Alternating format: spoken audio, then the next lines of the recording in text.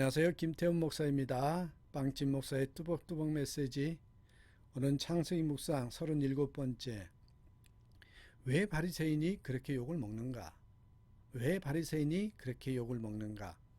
창세기 24장 28절에서 49절의 말씀 가지고 뚜벅뚜벅 메시지 시작하겠습니다. 자, 여러분, 오늘 본문에는 계산적인 사람 라반과 순수한 어린아이와 같은 사람 리브가에 대해서 한번 나눠보겠습니다. 어제도 본문에 두 사람을 보았듯이 오늘도 이 라반과 리브가를 한번 비교해서 보도록 하겠습니다. 여러분, 우리 어제 본문에서 약대 10마리까지 물을 먹여주는 리브가의 친절한 모습에 감동했던 엘리에셀은 리브가에게 금고리 1개와 금 손목 고리 1쌍을 주면서 누구에 따르며 유숙한 것이 있느냐고 물었습니다.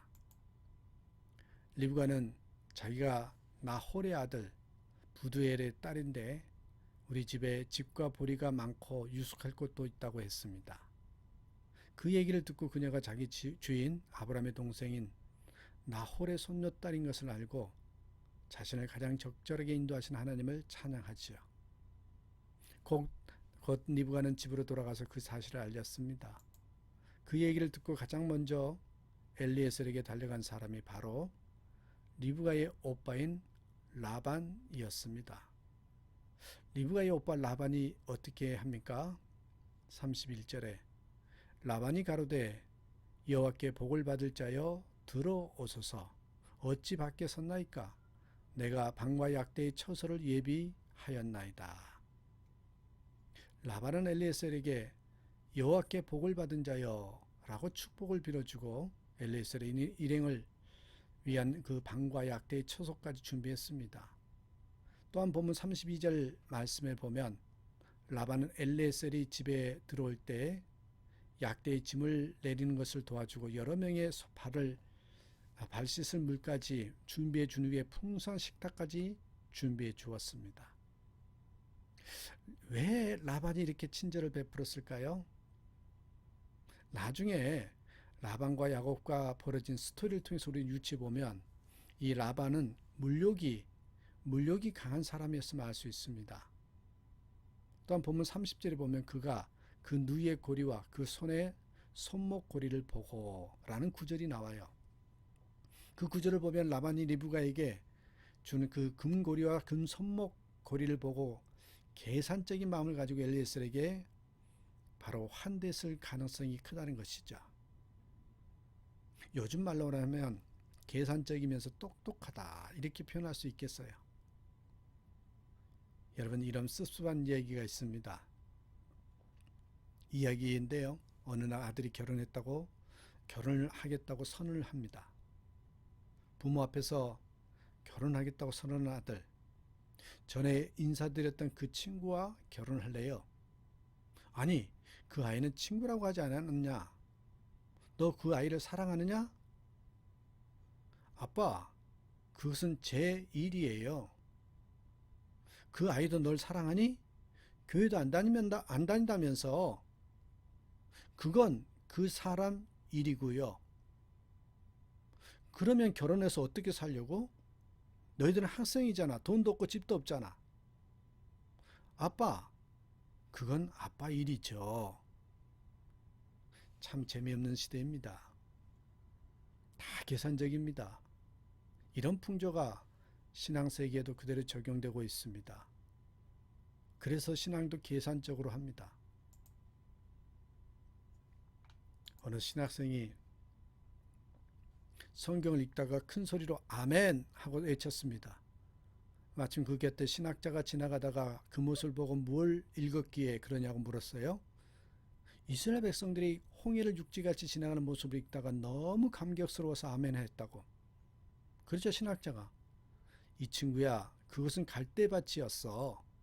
물이 발목밖에 차지 않는 갈대밭이었다고 신학적으로 그렇게 이야기를 하고, 또한 그게 맞는 학설이라고.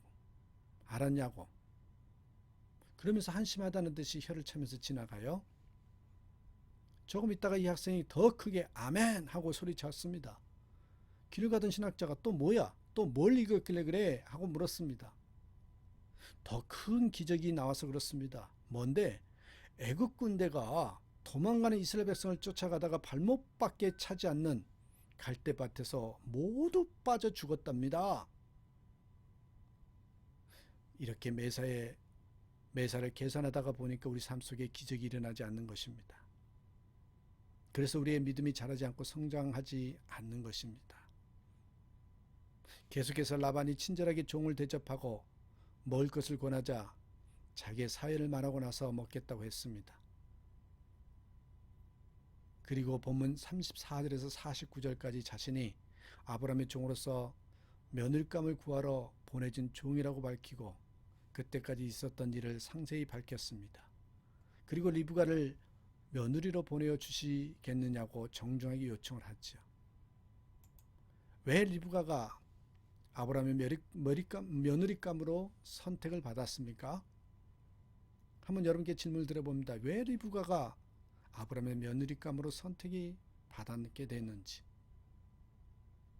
나그네를요, 순수한 마음으로 대접한 섬김의 자세가 그녀가 선택받는 핵심 요소이었습니다. 이 장면을 보면 축복 제1의 원리는 자기를 먼저 드리는 섬김과 헌신임을 다시 한번 깨닫게 됐죠. 저는 오늘 본문의 말씀을 읽고 나서는요, 바로 순수함을 잃지 말자, 그 말씀을 드리고 싶습니다. 순수함을 잃지 말자. 특히 누군가를 섬길 때는 아무런 사심이 없이 헌신하고 섬겨야 합니다. 그러면 영혼의 기쁨과 평안이 넘치게 되고요, 더불어서 오는 축복이 있게 되지요.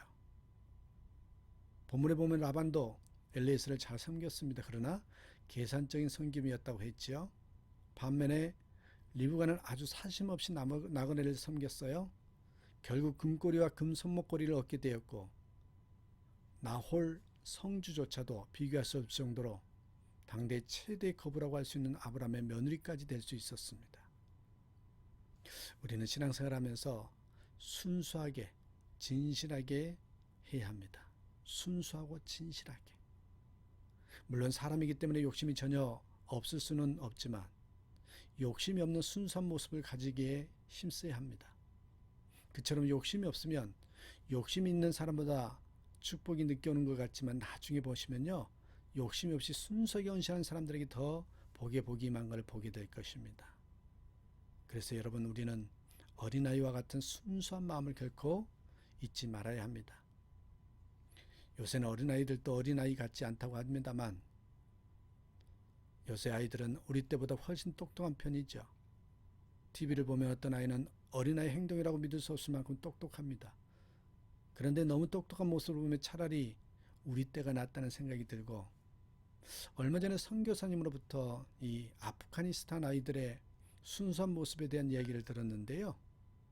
그런 순수한 아이들이 더 좋다는 생각이 듭니다. 어린아이의 무기가 뭔지 아십니까? 순수함과 순진함이 없으면 조금 징그럽잖아요.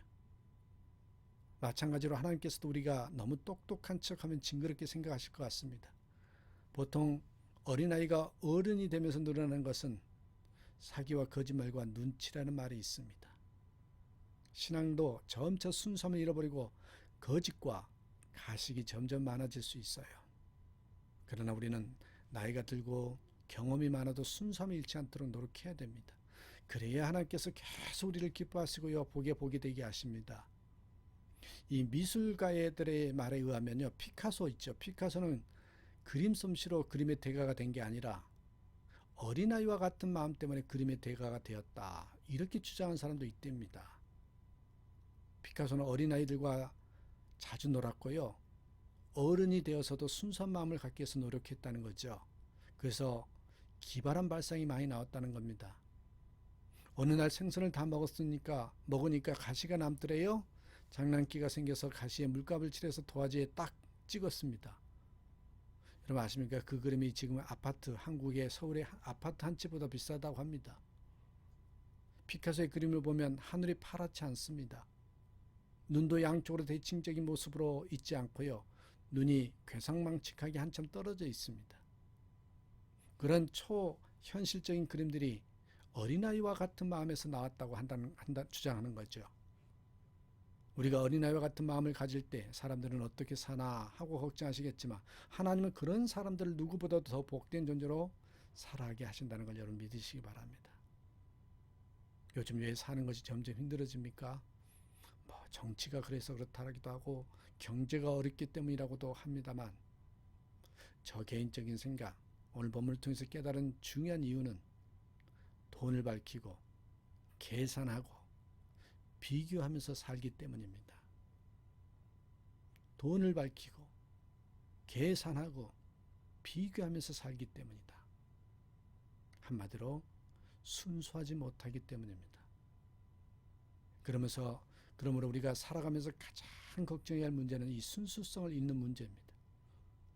주님께서는 어린아이처럼 순수하지 않으면 하나님 나라를 볼 수 없다고 하셨죠. 하나님께서는 계산적인 사람을 기뻐하시지 않습니다. 여러분, 왜 바리새인들이 그렇게 욕을 먹을까요? 이제 결론적으로 그것을 좀 말씀드리고 싶어요. 어린아이의 반대말은 무엇이냐? 저는 어른이 아니라 바리새인이라고 생각합니다. 바리새인은요, 순수함이 가장 없는 사람입니다. 사두개인은 돈과 권력의 욕심이 있었지만 그래도 난 돈 좋아하고 권력을 좋아한다고 내놓고 그것을 추구했죠. 그래서 예수님 오히려 사두개인들을 이해하셨어요. 그러나 바리새인은요, 가장 경건한 사람처럼 하면서도 속으로는 욕심과 권력욕이 있었기 때문에 예수님을 싫어하셨어요. 왜 그렇게 예수님께서는 바리새인들을 싫어하셨을까? 여러분, 오늘 본문을 통해서 이해가 됩니다. 우리는 순수하고 깨끗한 마음을 잃지 말아야 합니다. 마태복음 5장의 산상수훈을 보면은 마음이 청결한 자는 복있나니 천국이 저희 것임이라고 했습니다. 라반처럼 계산적으로 살면 잘 될 것 같지만 더 못되고 리브가처럼 순수하게 살면 못 살 것 같지만 더 잘 돼요. 이게 영적인 원리입니다. 항상 리브가처럼 순수한 모습으로 하나님께 헌신하고 이웃에게 잘 섬기는 그런 마음이 되셨으면 좋겠어요. 여러분, 바리새인이 되어서는 안 돼요. 너무 계산적이면 바리새인입니다.